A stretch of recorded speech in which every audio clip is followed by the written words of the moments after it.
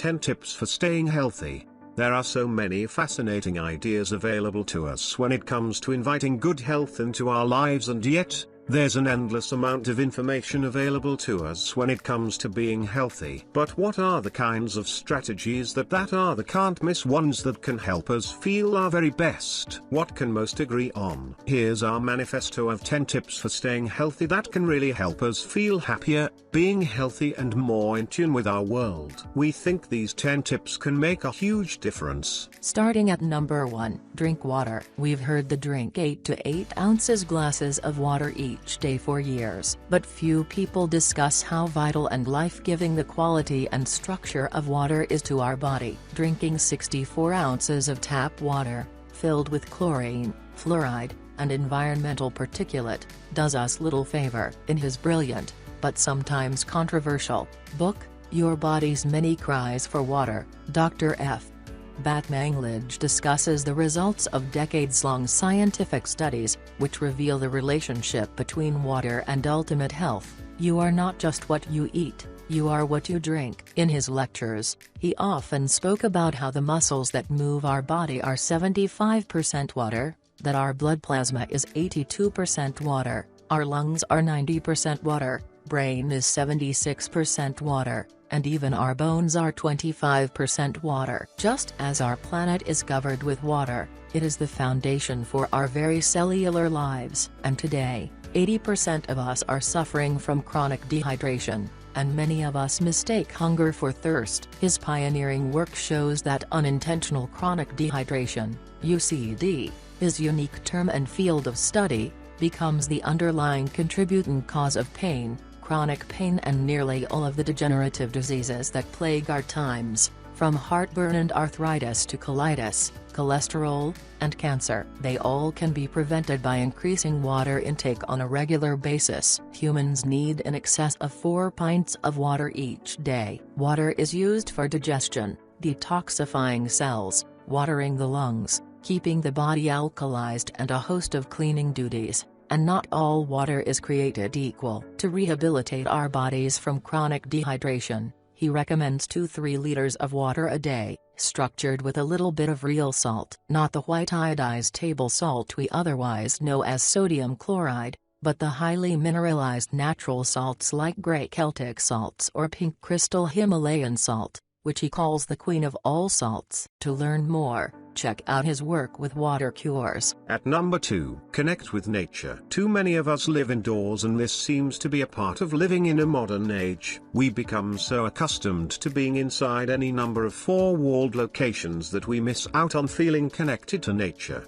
the weather, or where our food comes from. Lack of time in the sun means you're not getting your vitamin D, which is necessary for many important functions in the body, including constructing all of our hormones. Being cloistered indoors leads to feelings of depression and stress. Meanwhile, a walk on the beach, or in the mountains, or in the woods, provides a plethora of negative ions that balance our circadian rhythms, slows our heart rate appropriately, and creates a sense of peace and well-being in the body. Take a picnic lunch, go for a hike on the weekend. Make it a priority to reconnect with the greater world beyond the one humans have made. It will increase your awareness of our interconnectedness and belonging to the earth. It gets you in touch with some very nourishing, if unexpected, superfoods. At number 3, eat your vegetables. Did you know that a traditional Japanese diet today consists of some 11-15 servings of vegetables? Meanwhile,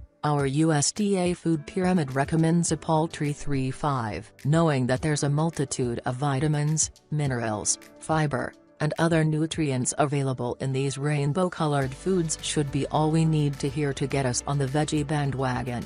But sadly, so many of us just don't eat them. These colorful plant foods also contain antioxidants, which scavenge free radicals, causing cell damage and aging, aid longevity and youthfulness, and fight cancer. They cleanse the blood, offer hydration and healthy sugars, support the liver, regulate cholesterol levels, and promote healthy elimination. It doesn't hurt that they taste delicious either. Make it a goal to put a rainbow on your plate. Be adventurous, try new things, challenge your palate. A good start is to aim for a salad and 2 types of veggies with dinner, and some fruit during the day or as dessert. It's so important to continue evolving nutritionally. At number 4, invest in your gut. Probiotics. Perhaps you or someone you know has experienced this, noticing your digestion is hitting the skids. You're feeling more bloated, uncomfortable, or gassy. Your favorite foods are giving you heartburn when they never caused an issue before. You read about how bad so many foods are: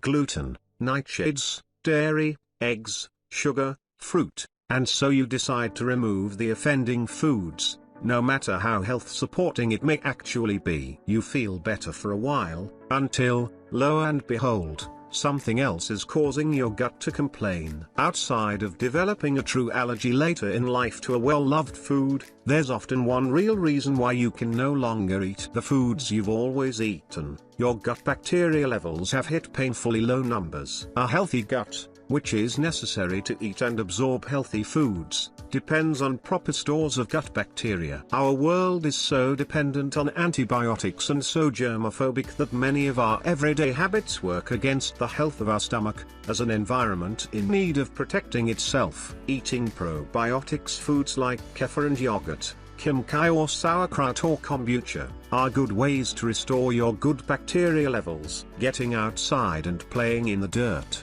camping, hiking, gardening, flag football, now and again, helps too. At number 5, breathe. How many of you are aware of your breathing? Unless you have a cold, and all of a sudden you can't breathe comfortably, or get the wind knocked out of you and you just can't catch your breath. Most of us pay little attention to this important automatic activity. But our breath not only oxygenates the body, it expels toxins, and enlivens the tissues. It also helps us to process our emotions. Ever notice how you breathe when you're angry, or happy, or sad? Your breathing rate will change in correspondence to how your emotional biology is working. It also helps with digestion. Many yoga enthusiasts go to class not just for a good workout, but to spend an hour breathing and feeling fully embodied. According to traditional Chinese medicine and Ayurveda, when we breathe through our mouths, we age the body. But when we breathe through our nose and do so efficiently,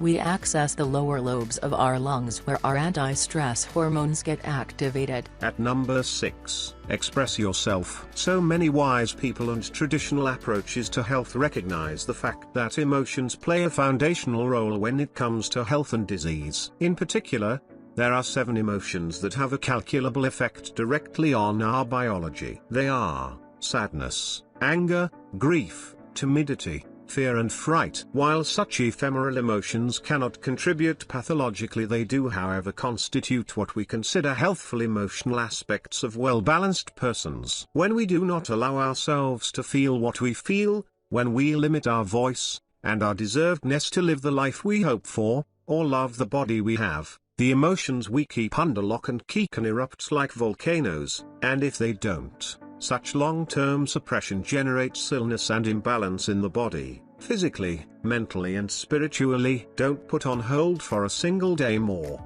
the chance to be authentic with yourself about who you are. By expressing yourself, you are not only freeing up your conscience, but you take a spiritual load off your physical shoulders. At number 7, sleep. We don't get enough sleep, pure and simple, and yet this is an enduring cure to much of what ails us. Our minds work better, we digest our meals better, we process stress and emotions more appropriately, and we just feel all around better about life. We grow and repair and rejuvenate our whole body when we sleep. Lack of it can lead to chronic issues of hypertension, a propensity for diabetes, or obesity, and other health problems. At number 8, eat more fat. While our brain contains 76% of its structure as water, it is also composed of a high concentration of fat, and the best way to maintain proper brain function is to get that fat, like omega-3 and saturated fats, from our diet. But it doesn't just help keep us smart. It's old news now that saturated fat doesn't contribute to heart disease after all. Instead, it actually plays a key role in our cardiovascular health. Loss of sufficient saturated fatty acids in white blood cells damages their ability to recognize and destroy foreign invaders, such as viruses, parasites and bacteria. It's also required for calcium to be effectively incorporated into bone. Certain saturated fats, like those found in butter or coconut oil, all function as messengers in the body that directly influence our metabolism, and the release of insulin in particular. Researcher Pete explains that by including saturated fatty acids in our diet, we greatly diminish, or turn off entirely, the stress reactions in the body, whereas polyunsaturated fatty acids amplify them. Who knew vegetable oils could cause us so much stress? Dr. Mary Enig, PhD, a well-known research expert in dietary fats and human health, made a case for having nearly half of the fats in your diet be saturated because of the above reasons. The right fats in your diet can also help you burn off unwanted body fat. Fat in the diet makes for a greater sense of satisfaction after meals, and even helps fight inflammation. At number 9, move every day. While this may be the most technologically advanced stage we have ever been able to sustain, it is also most certainly the era of the couch potato. When we make it a priority to be on the move every day, whether we decide to hit the gym, swim, take a bike ride, catch a yoga, tai chi, or dance class, or go for a 30-minute walk after dinner around the neighborhood park, we are treating our body right. With movement, we keep our lungs and cardiovascular system healthy, and the more we challenge the body gently, the fitter and the more amazing our body becomes. And I'm not talking about looking hot in a swimsuit, but literally more amazing, capable and comfortable. When we exercise, even a good walk cleanses our lymph system and helps our body to naturally excrete toxins, waste and unnecessary weight or aches and pains. Try making it a habit to commit 20-30 minutes every day to moving your and enjoying your body. At number 10, meditate. This is one of the oldest, most ancient, most beneficial methods for self-care. It quiets the mind, and aligns our brain waves. It allows us to feel more at ease, more fully present, and deeply rested. While many religions and philosophies have endorsed prayer, contemplation and meditation, it need not be tied to any dogma. Sometimes just closing your eyes and becoming aware of your breath can be a deeply calming influence over the whole mind-body organism. Even just 10-20 minutes a day can work wonders for your entire sense of self. Many masters have spoken this truth. If you're too busy to take 10-20 minutes just for you, then you're just too damn busy. Health is not just a science, but an ongoing creative adventure that often takes some interesting twists and turns, and is always asking us to pay attention and keep waking up to what it means to be alive and vibrant in this world. Perhaps these 10 tips are just the beginning. Are there any that you'd like to add to the list?